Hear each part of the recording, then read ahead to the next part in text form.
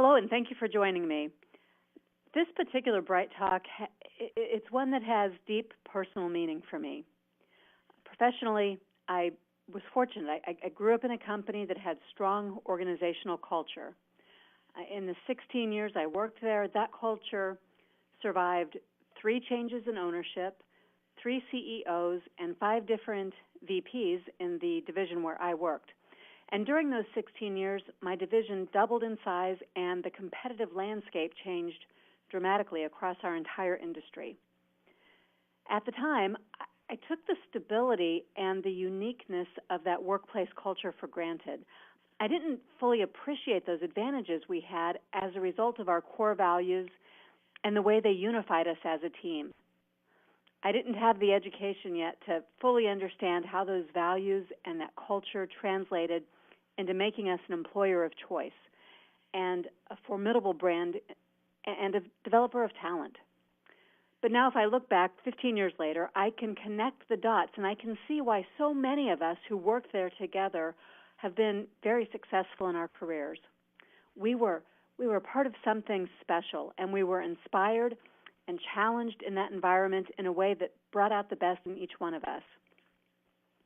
Since then, I've also worked in a Fortune 500 company that collapsed and dissolved. That dissolution of workplace culture preceded the company's demise. Ego-driven leaders competed internally to get their own way. There was a certain sense of anything goes in the desperation to hit budget targets. Change there was poorly managed, and communication simply broke down. The culture became one of looking out for number one. So I learned then that culture in the workplace can change overnight when people at the top aren't committed to it. And I've seen this happen since then, too, in client companies where changes at the top don't include a consideration for the organization's values and culture. And that's why I decided to host this Bright Talk. I'm Deb Calvert, author of the bestseller Discover Questions Get You Connected, and of the award-winning blogs Connect to Lead, Connect to Win, and Connect to Sell. Based on that sentence alone, you can probably guess that connections are truly important to me. So I'd be honored if you'd connect with me on LinkedIn or Twitter or Google+. You've got my handle there on screen along with my email address. My company is People First Productivity Solutions. We build organizational strength by putting people first. I work as an executive coach, meeting facilitator, trainer, and consultant to help people improve their connections and to help organizations improve their people practices. Workplace culture and values are important components in a people-first environment. Well, I've been a corporate HR director, and I've worked with many HR, L&D, and OD professionals since opening my company in 2006. And my talk today is based on my observations over the past decade and on recent research that suggests we need to shine the light on this topic. If you're new to Bright Talk, I'd like to point out 2 important features for you. First, be sure to notice the link called Attachments. I believe that's in the upper left corner of your screen. I've included some bonus resources there for you, and I'll tell you more about those later. And second, you can subscribe to this channel, and you can get more content each month from me if you'd like to. Bright Talk makes it really easy to stay on top of what's new and what's relevant specifically for you. Okay, so enough of the commercial stuff. Back to the business at hand, workplace culture. Probably a fair question to ask, what is workplace culture anyway? Because that's probably the best place to start. To many outside of OD, it seems that workplace culture is vague and mysterious and perhaps even elusive. But actually, workplace culture is very simple, and it doesn't need to be overly complicated. Workplace culture is what you see when you walk in and observe the way people treat each other. When you look at the norms for how things get done and the pace and cadence of the work. It's the vibe, the atmosphere, the feeling of being there that reveals the culture of any workplace. As a consultant, trainer, and coach, I visit a wide variety of workplaces, And culture is something that begins to reveal itself in just the first 10 or 15 minutes of a visit. It's not mysterious. It's not hidden. It's not even hideable. It's all around at all times. And I think that's why it matters so much. Every organization has its own unique style and its own way of doing things, its own culture. No two organizations have the same work culture.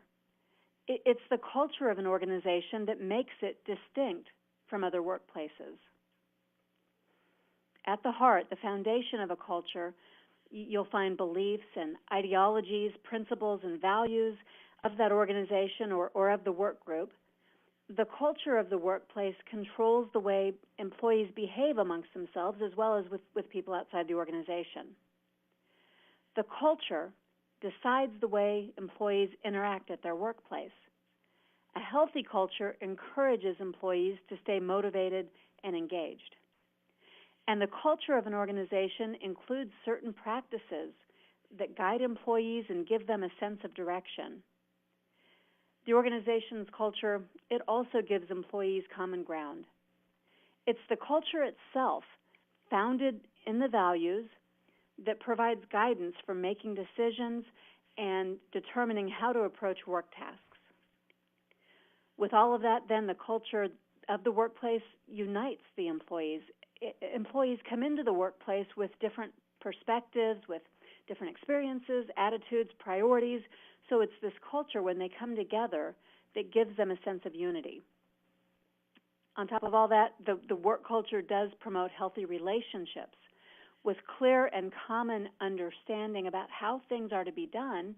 Well, naturally, there's less conflict and there's more accountability to colleagues.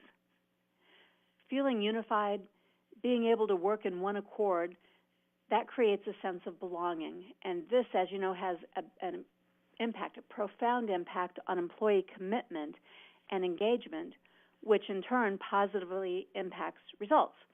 So those are some of the positives, the benefits of having a strong workplace culture internally, but there are also some external benefits to having a good, strong workplace culture.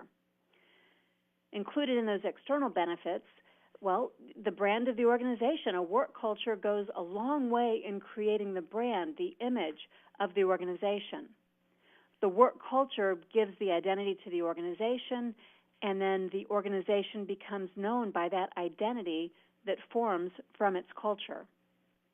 Many employers of choice have earned that designation and the ability to attract and retain top talent because their workplace culture is more desirable than that of their competitors.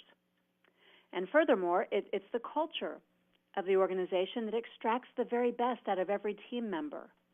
Higher commitment, engagement, and accountability will then yield additional discretionary effort, which translates into higher productivity levels, improved customer satisfaction, and both top-line and bottom-line growth. So, incidentally, if you want to learn more about those links between employee engagement and how it impacts retention, productivity, customer satisfaction, top-line growth, and profitability, please take a look at another webinar. I don't want to go off on that tangent here, but there's another webinar for you that I've recorded here on Bright Talk. It's called The Business Case for Leadership Development. But all of those things are certainly driven by workplace culture and contributors and formation builders of workplace culture, so it goes hand in hand. Now, many of you are already familiar with the work of MIT professor Dr. Edgar Schein. He explains workplace culture like this. He says that you have these three layers, and way down deep, there are assumptions and beliefs. You can't necessarily see them except that they are revealed in the things that people do every day. They're embedded, they run very deep, and they are the roots of how people interact with each other. Higher up, you can see what people are saying, the values they espouse, the words that you put up on the wall, for example. And then, first and foremost, the thing that people observe in the day-to-day at all times is that they're surrounded by artifacts across the organization that are the business processes, and they are the structures, the policies, the day-to-day elements in the workplace that reveal what the workplace culture really is. A little bit more about that. The culture then is observed in these artifacts. These are some of those observable artifacts in a culture that I've put on screen for you now. Because no matter what the espoused beliefs and values are, the actions that are demonstrating those beliefs and values are what give evidence of the actual culture. And it's these artifacts, these observable elements of the culture that influence everybody in the culture. So that's why HR could never, ever be expected to act alone as keepers of the culture. Think about this for a moment. Right? The team members in HR, they're not the people who others are watching and emulating. And no matter how HR acts, the people that others will model their own behaviors on are those who sit in the C-suite and those whom they report to in their own department and the coworkers and colleagues that surround them every day. And sure, HR, of course, might be involved in hiring and in candidate selection, but HR doesn't do that alone.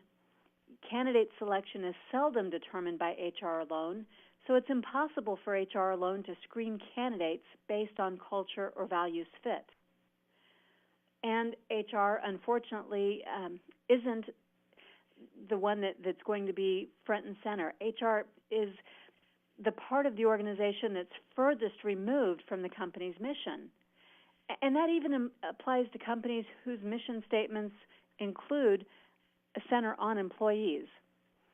This is because day-to-day supervision is where that mission lives or dies, not with HR. HR can offer lots of training and coaching and support in onboarding new employees and in equipping supervisors with soft skills, in leadership development, and a whole lot more. But like the old saying goes, you can lead a horse to water, but you can't make it drink.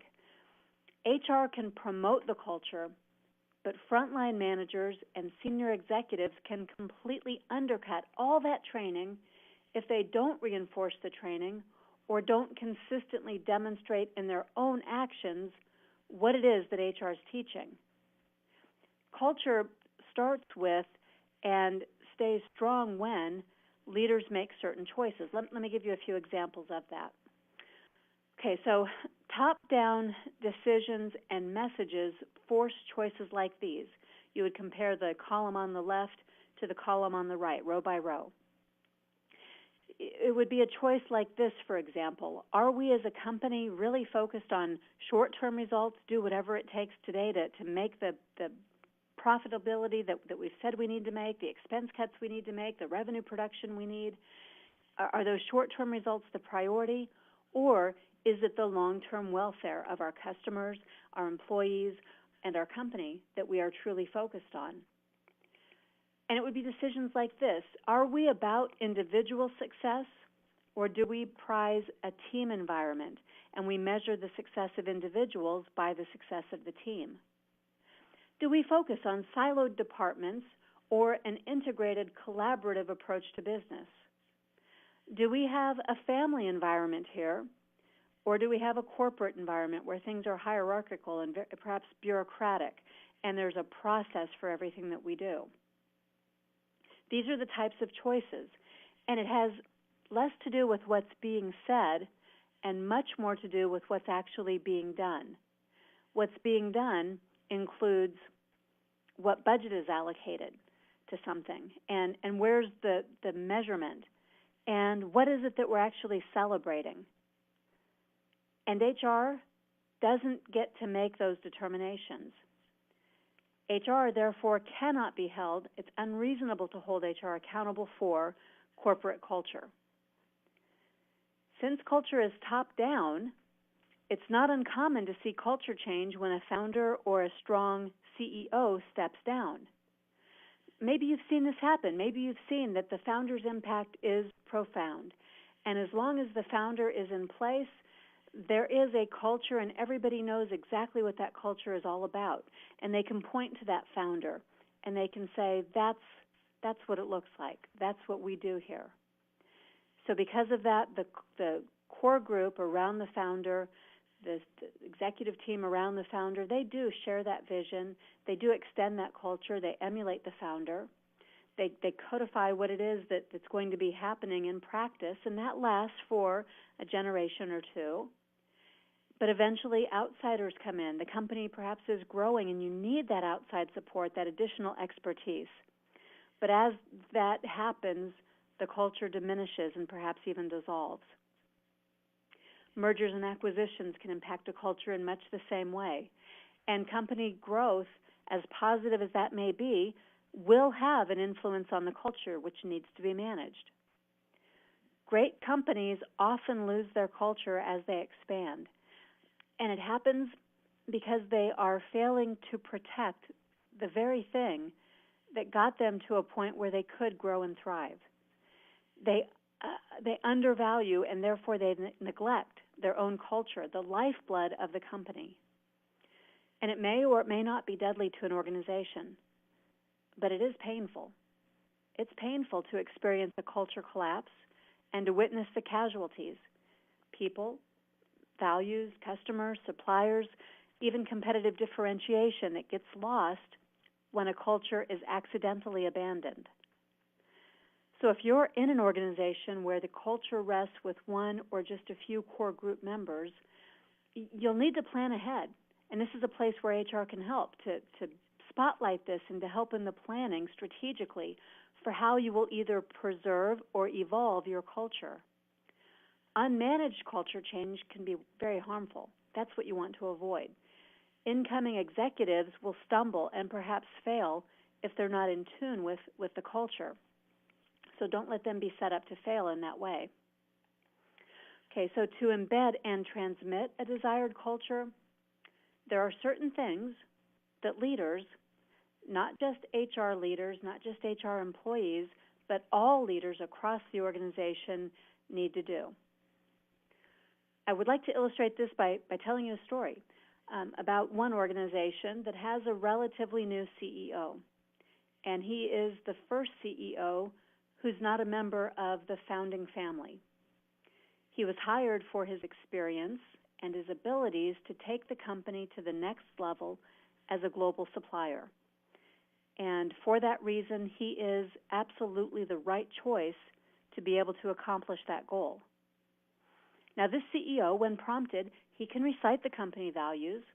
He can say all the right things about why they matter. He really does understand how the dots connect. He can recognize and effectively coach people when they aren't displaying the values, and he can praise people who do. But here's the problem. He doesn't himself do those sorts of things as often as he talks about and rewards and focuses on profitability. And it seems to others in this organization that profitability is now the only thing that matters. So there are frequent conversations around the proverbial water cooler about decisions that were made to boost the bottom line at the expense of values. And in some places, that might be okay. In fact, someday at this company, that might be perfectly fine. When the culture and the values are all about the bottom line, then what he's doing would be no problem. But at this company, the legacy has been to do things in a way that benefits all stakeholders, even when that's meant less short-term profit. And everybody who's been there for any length of time can tell you those stories about how the greater good overrode the profitability. So now, suddenly, and it does feel abrupt, the values are now in conflict with the way the new CEO goes about doing things. What the company does no longer matches how the company says it will operate. And putting those two things in alignment, they matter. They matter greatly because when there are strong values in place at the foundation of a culture, everyone in the organization has clarity about what it looks like to get the right results the right way.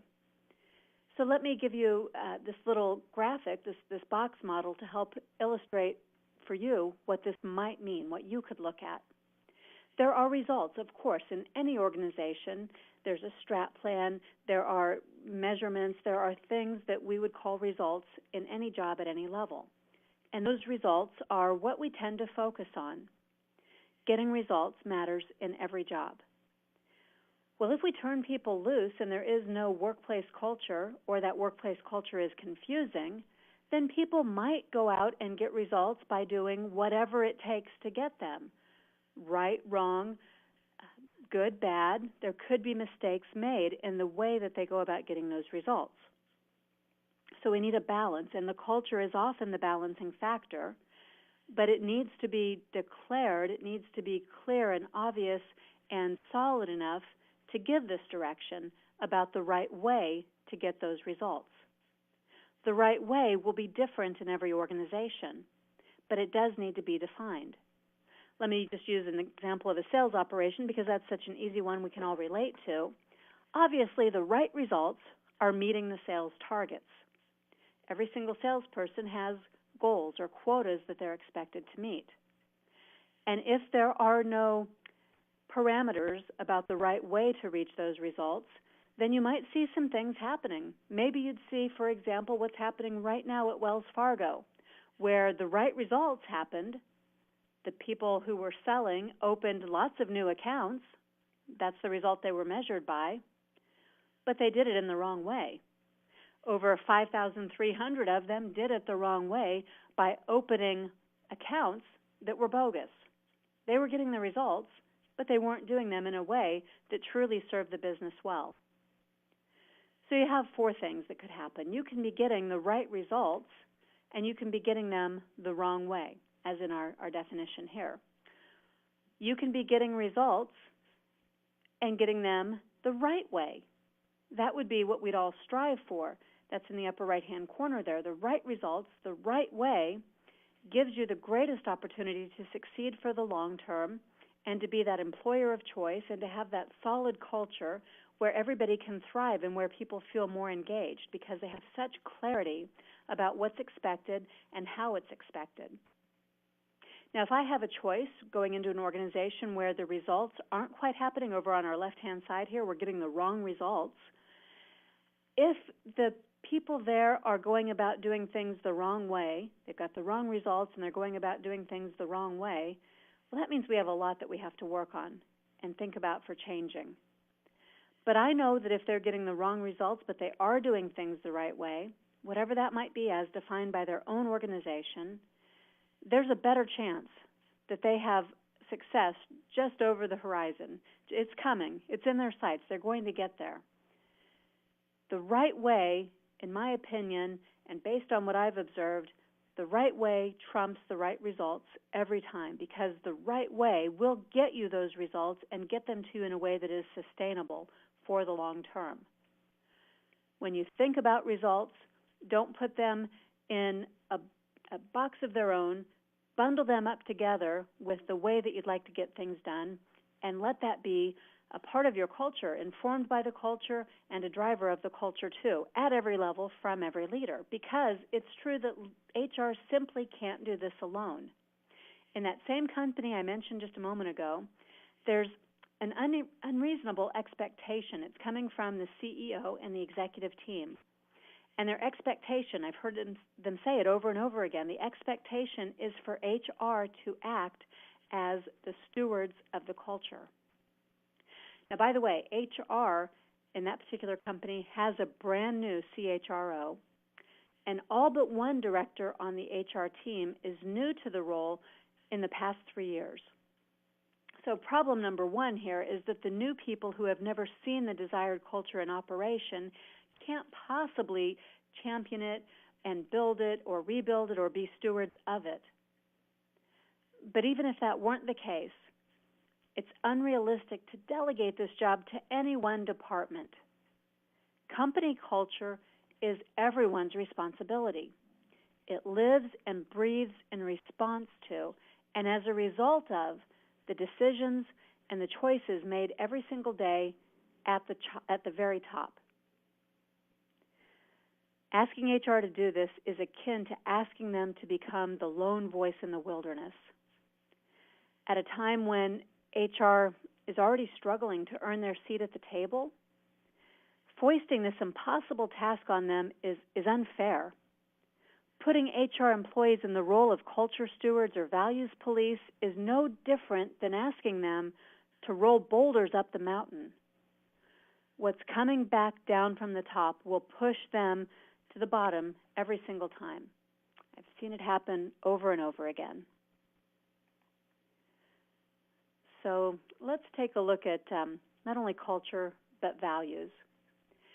And when it comes to values, you heard me say, based on Dr. Shine's information, that values are the bedrock of the culture. They are the foundation. So these two things are absolutely integrated.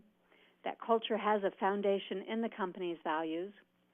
And like culture, values will either be deliberate and unifying, or they will be haphazard and they'll vary by individual manager.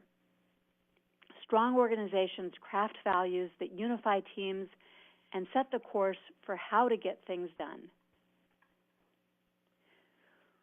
Like culture, values absolutely matter. They matter more than ever today as modern consumers have unparalleled access and unparalleled numbers of choices.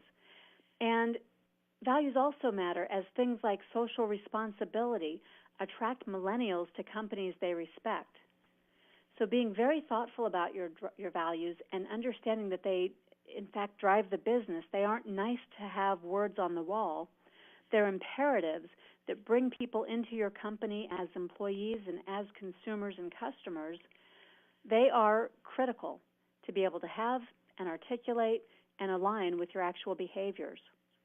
And if you're able to infuse your core values into the many, many layers of your business and its operations, then your business's capacity to fulfill its fundamental higher purpose is much greater.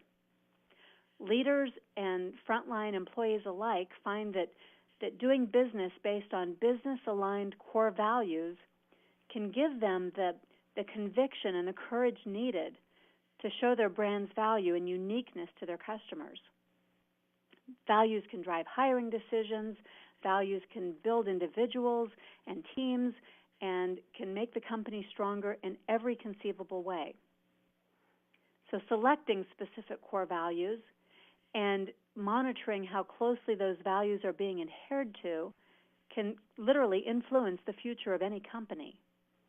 This can influence how customers, employees, and stakeholders perceive the company and its worth. And it's not just enough to select core values and slap them up on the wall. They also do have to be adopted throughout the organization at all levels so they can help drive everything you see there on screen. And when you do this, employees are happier too. The American Management Association found in a recent survey that when people's personal values and their company values were in alignment, their personal lives were more satisfactory and they felt more positive about their professional roles.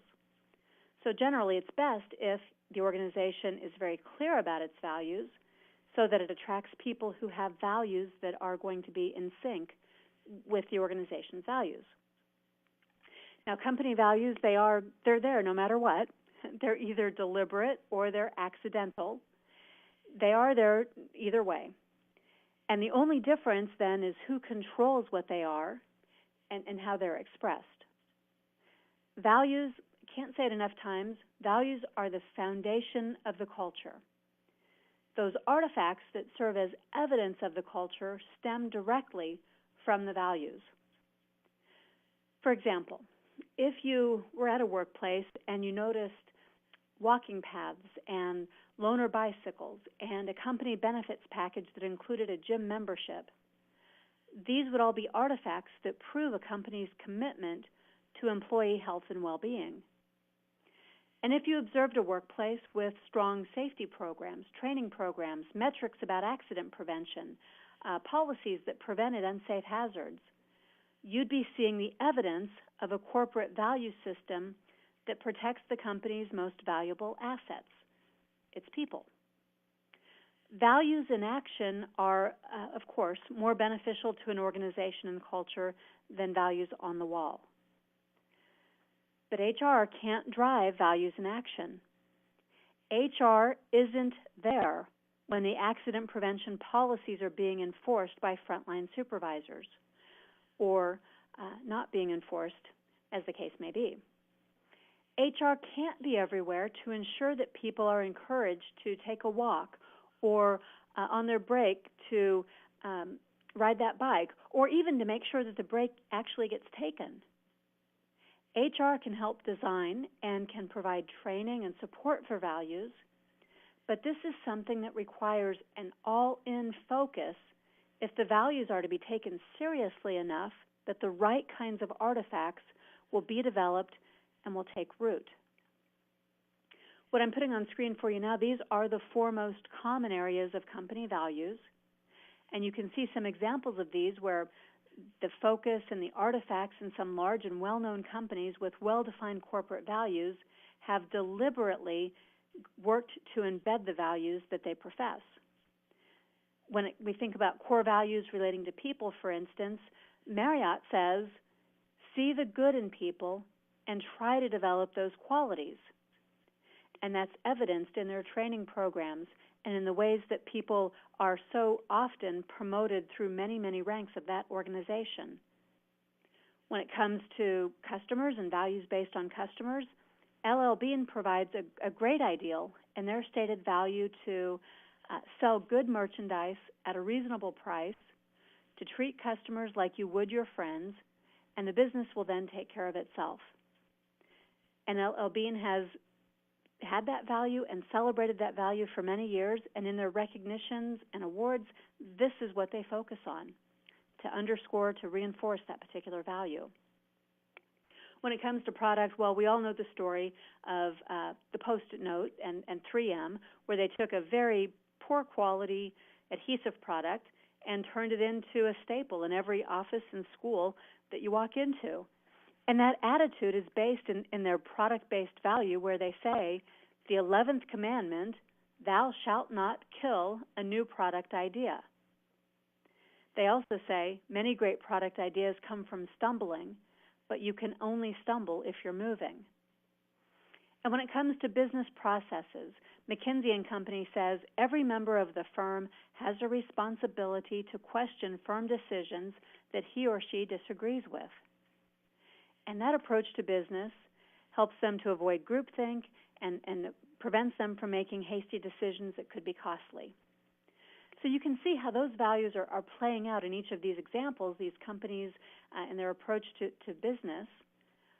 But if you looked at your company, what would you say are the artifacts, the evidence of your company's values? And you also have to take that question to the next level. What would you like for those artifacts to be? What evidence would you hope people would be seeing so that they would readily be able to identify what your values are? And then next step, you've got to ask, who is it then? Who would need to be involved in making that become a reality? And it's not HR alone. Now, this goes without saying, but there are numerous examples of what goes wrong when people at the top think values are somehow for everyone else. Kenneth Lay at Enron did not act in accord with the values of his organization. But he's just one example of values and culture being delegated to someone else further down the org chart.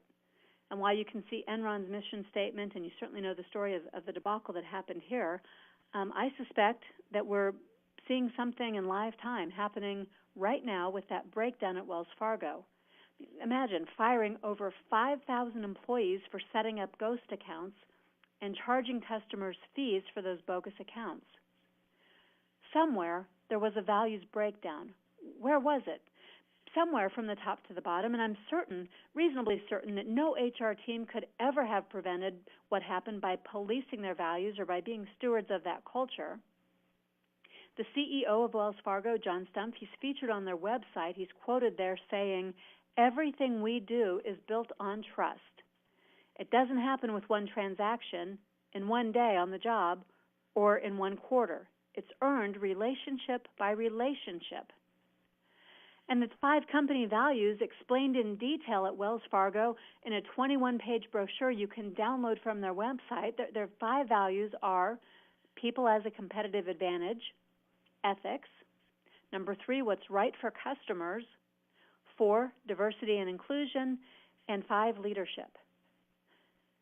Ethics, doing what's right for customers. Leadership, managed in the day-to-day work of senior managers, auditors, branch managers, and others who are somehow allowed behaviors that were not in alignment with those stated values. And that impact on the organization, it's going to be costly. Interestingly enough, Wells Fargo is held up as a model company in the book Good to Great. So something was in place, something was going right. In time, we'll probably learn all about what really happened, and I predict it will be a breakdown in the expectations related to values. With examples like this, hopefully it's easy to see why HR could never and should never be expected to fill in as the values police. So here are just a few questions to help you think about the commitment of your management team to your organization's values. Now, this question is not just for HR. It's not just for a hiring manager. It's a question that every person in every role of any supervision should be thinking about at your company. Would they pass on a candidate who was highly skilled, had a great resume, tons of experience, but was lacking in your company values? And can everyone say, yes, our values, they are defined behaviorally. We know what they look like in action. And because we know what they look like in action, we measure them. Our performance appraisal includes behaviors that are representative of our values. And across the organization, what's the penalty for acting out of alignment, incongruently with your values? If there's not a penalty, then why would people choose to act in accord with your values and in step with your culture? As we consider questions like these, you may not realize that there's a match between your stated values and your actions as an organization. If you realize there's not a match, then there are 2 possibilities. First, that the company's employees don't understand or embrace those values. And secondly, that the values are not an appropriate expression of what the organization really believes and needs to succeed.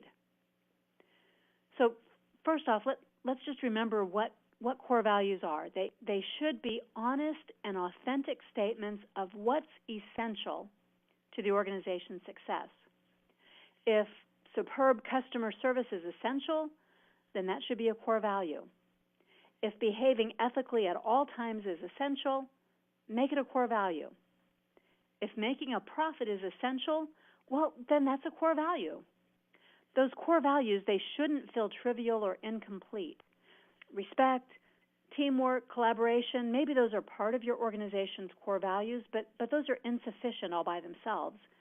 Those core values should provide a complete picture of the day-to-day behaviors essential to your success.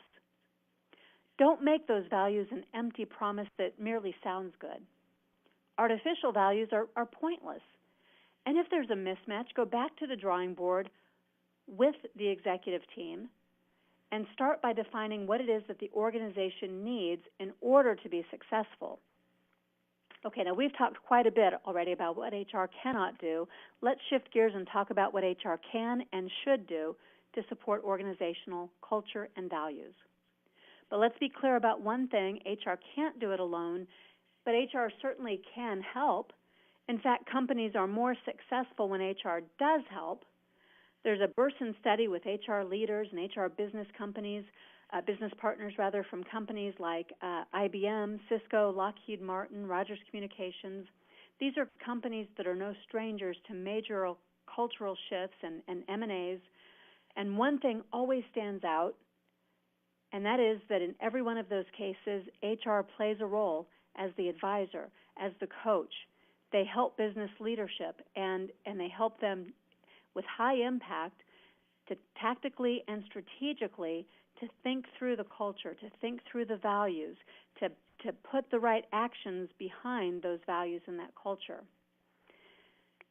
And the true value of an HR business partner role seems to be in these abilities to coach, mentor, to be a business advisor, to be a strategist, to help the business understand where the risks and the opportunities lie and how business decisions might reflect the culture and the values. Some would lay the blame and the responsibility for fixing a culture at the feet of HR. And that's not fair. HR can be responsible for shining a light on negative cultural behaviors, and HR can build the business case for how to change the culture and why that would benefit the organization's bottom line. And HR can even recommend the tools and the techniques to see it happen. But HR cannot change a negative culture to a positive one in a vacuum. Senior leadership has to be in charge of that. They have to be visibly supporting any type of change. Now, HR can also be a role model. And like it or not, HR is a role model as managers and leaders throughout the company pay attention to what is it that HR leaders are doing. And even though you're not sole keepers of the culture, and you shouldn't be the appointed guardians of the values, you are in a position where you need to understand and champion and model the culture and values. Your own credibility and effectiveness depend on that. HR delivers excellence. Dave Ulrich says this about the HR department and culture. He says that you can deliver organizational excellence in these 4 ways that you see on screen, and you can be an agent of continuous transformation by focusing on your partnering on strategic execution, on delivering that administrative efficiency that helps people to get there, and by championing your employees and their contributions. In addition to that, there are 2 more ways you can have an impact long-term on values and culture. The first is talent management. You can teach people how to hire for values fit. You can educate employees inside the organization about the exemplary behaviors that demonstrate your values. You can help your performance management system to include values and think about how, as you are developing talent, you want to recognize high performers, high potentials around values as much as anything else. And the second way is that you can develop your leaders. By the way, if you'd like to read a case study about one international company's leadership development program and how it was constructed with company values as a cornerstone, check out the attachments tab. I believe that's in the upper left corner of your screen, and I've uploaded a PDF for you there that gives you the case study. So you'll develop leaders so that they are aware of how important the culture is, that they become the voice of the values and the demonstrators of those values, doing the right things, getting the right results in the right way. And you're developing those leaders who will set the tone for the organization, who are making choices that determine what the culture will look like. They're modeling what they think others should follow, and they're showing employees how to contribute in meaningful ways that represent the values. This sort of purposeful partnering that you will do with the senior leadership team and with managers across the organization, this is what will help you to produce a culture that's the product of the social learning, where the culture fuels itself. And the culture as a group phenomenon is then shared with tacit assumptions at the very core. The deep roots of your culture will be there, and they'll be deliberate. And since culture will then be a source of strength for the whole organization, you'll have executives who are appreciating and celebrating the culture. They won't disregard it. Employees won't be confused. They won't feel disenfranchised. Culture won't be sidelined or treated as a separate entity. It will, in fact, be a driver of the business. Your culture will be the unifying force of your business. We covered a lot of ground there.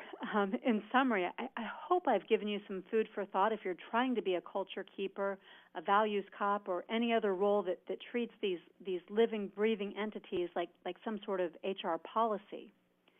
Make a shift to a role where you are collaborating with and coaching leaders and managers to share responsibility for these drivers of organizational success. If you feel they need some additional support, please keep us in mind. Here at People First Productivity Solutions, we build organizational strength by putting people first. We coach executives about important matters like these. We consult with executive and HR teams to create strategies for improving workforce engagement, and that is often linked to values and culture. Please be in touch with me if you have any questions at all. That's an open invitation. You see my email address, my Twitter handle, our social media connections all on screen. So call me or email me if you'd like to ask a question offline. I'm Deb Calvert. I'm the president of People First Productivity Solutions, and I appreciate your time spent here today talking about this very important topic.